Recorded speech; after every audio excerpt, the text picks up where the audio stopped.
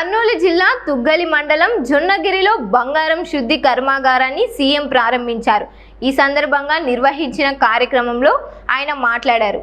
రాయలసీమను రతనాల సీమగా మార్చడం జొన్నగిరి నుంచే ప్రారంభమవుతుందన్నారు.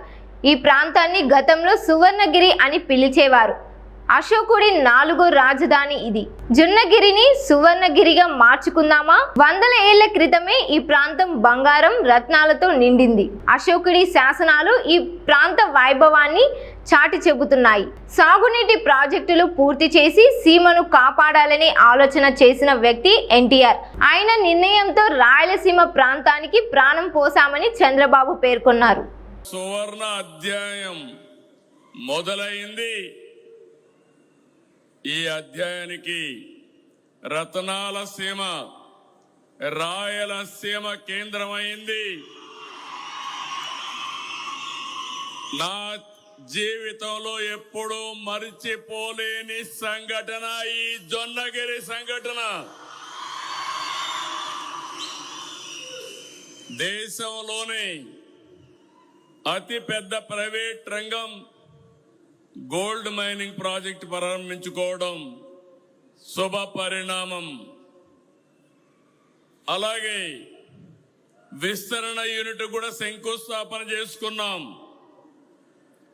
ఈ ప్రాజెక్టు చేపట్టిన జియో మైసూర్ సర్వీసెస్ ని త్రివేణి ఎర్త్ మోర్స్ సంస్థల యజమానానికి, ఉద్యోగస్తులకు, ఇప్పుడే కార్మికులను చూశాను. లోకల్ కార్మికులు కూడా చాలా హుషారుగా ఉన్నారు, సమర్థవంతంగా ఉన్నారు. వాళ్ళందరికీ అభినందనలు, శుభాభినందనలు. జొన్నగిరి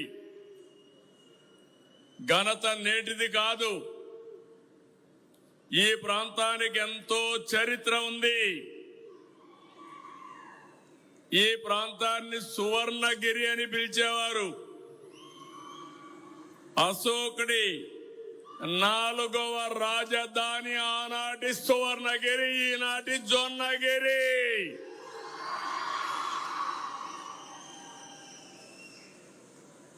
వందల సంవత్సరాల క్రితమే ఈ ప్రాంతం బంగారు రత్నాలతో నిండింది.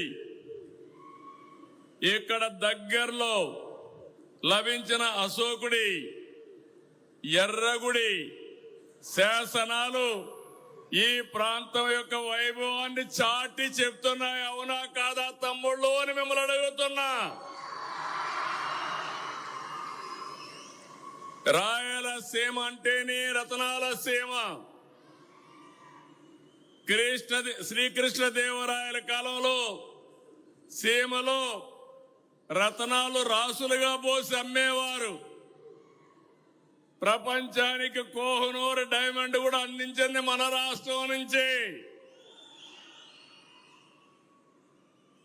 మీరందరూ గుర్తుపెట్టుకోవాలి. ఇప్పుడు కూడా వజ్రు కరూరు గాని ఈ ప్రాంతంలో అప్పుడప్పుడు బయట వాళ్ళు కూడా వచ్చి ఎక్కడన్నా డైమండ్స్ రత్నాలు దొరుకుతాయని వేటలో ఉంటారు. అంటే అది మన చరిత్ర. కాలక్రమేణా రాయలసీమ ఎడారిగా మారే పరిస్థితులు వచ్చాయి. ఈరోజు గర్వంగా చెప్పగలుగుతున్నాను, సాగునీటి ప్రాజెక్టులను పూర్తి చేసి రాయలసీమను కాపాడాలనే ఆలోచన వచ్చిన ఏకైక వ్యక్తి నందమూరి తారక రామారావు గారు.